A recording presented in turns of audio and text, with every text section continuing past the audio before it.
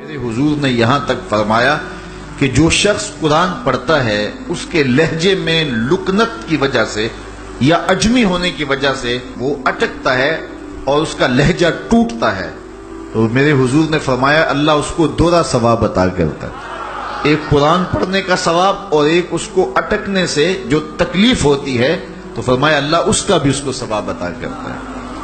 اور فرمایا یہ وہ پاکیزہ کتاب ہے کہ اگر تمہارا رب سے باتیں کرنے کو جی چاہے تو قرآن کھول کے بیٹھ جاؤ، یہ رب سے ہم کلام ہونا ہے، یہ اپنے رب سے گفتگو کرنی ہے۔ میرے حضور نے فرمایا کہ قرآن اللہ کی وہ لٹکتی ہوئی رسی ہے جس کا ایک سرا تمہارے ہاتھ میں ہے، دوسرا سرا تمہارے رب کے ہاتھ میں۔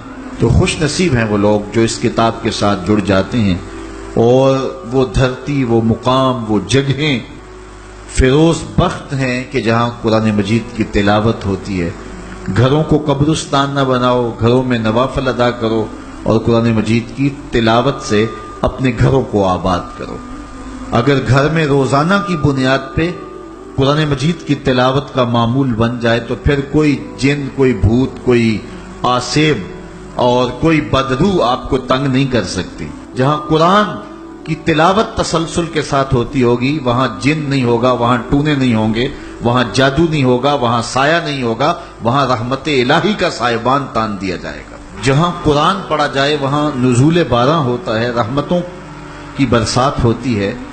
اور پھر اگر یہ جگہ اللہ کا گھر ہو، مسجد ہو، تو پھر تو دوہری برکت ہو جائے گی نا۔ وہ میاں صاحب نے کہا تھا نا کہ دودھ اندر جے کھانڈ رلائیے تے مزہ ہو جاوے دونا، کہ دودھ خود بھی میٹھا ہوتا ہے تو اس کے اندر اگر چینی بھی شامل کر لی جائے۔ یہ روشنیوں کا منبع ہے، یہ مصدر ہے اجالوں کا۔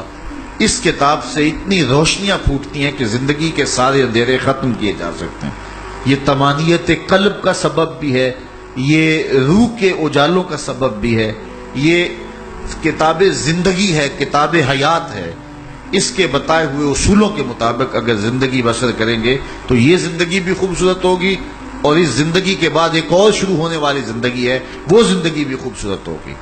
قرآن قبر میں چراغاں کرے گا، قبر میں روشنیاں دے گا، قبر میں اجالا کرے گا۔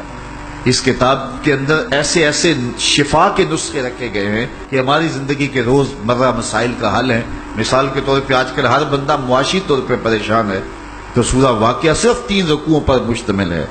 اگر یہ معمول زندگی بنا لے تو سورہ واقعہ جہاں ہوگی وہاں نحوستیں اور بے برکتیاں نہیں ہوں گی۔ سورہ یاسین پڑھو گے تو بے پناہ برکتیں اس کے دامن میں رکھی ہوئی ہیں۔ اسی طرح سورہ اخلاص صرف 3 مرتبہ پڑھیں گے تو پورے قرآن پڑھنے کا ثواب نصیب کر دیا جائے گا۔ ایک شخص حضور کی خدمت میں حاضر ہوا اور اس نے حضور سے کہا کثیر العیال ہوں، ذرائع آمدنی بہت تھوڑے ہیں، تو میرے لیے کوئی دعا کیجئے، کوئی مجھے نسخہ بتائیے۔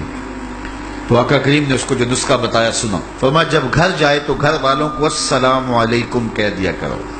یہ کتنا سوکھا نسخہ ہے اور کتنا اچھا وظیفہ ہے، گھر والے بھی خوش، اللہ رسول بھی خوش۔ اس کے بعد 1 مرتبہ سورہ اخلاص پڑھ لیا کرو۔ غربت توڑ نسخہ، جب بھی گھر جاؤ السلام علیکم، اس کے بعد 1 مرتبہ سورہ اخلاص۔ اور میرے حضور نے فرمایا کبھی ایسا ہو کہ تو گھر جائے، گھر میں کوئی بھی موجود نہ ہو، تو فرمایا عمل چھوڑنا نہیں، فسلم علیہ، پھر مجھے سلام کہہ دینا۔ وہ اپنے نام لیواؤں کو تنہا چھوڑتے کب ہیں، جہاں ہم دم نہ ہو کوئی وہاں سرکار ہوتے۔ وہ کہتے ہیں میں عمل شروع کر دیا، گھر جاتا السلام علیکم، اس کے بعد السلام علیکم کے بعد میں سورہ اخلاص 1 بار پڑھ دیتا۔ اس عمل کی برکت سے میں نے تو امیر ہونا ہی ہونا تھا، میرے ہمسائے بھی امیر ہو گئے، میرے ہمسائے بھی امیر ہو گئے۔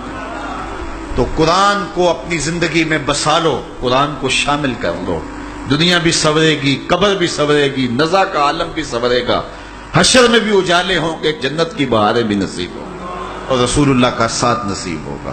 تو اس کتاب سے جڑو، اس کو ورق ورق پڑھو، اس کو حرف حرف پڑھو، اس کو رکوع رکوع پڑھو، اس کا ایک ایک آیت ممکن ہو تو ایک ایک آیت روز پڑھ لو، اور اس کو ترجمے اور تفسیر کے ساتھ، توضیح کے ساتھ، شان نزول کے ساتھ اس کتاب اللہ کی تلاوت کا معمول بناؤ۔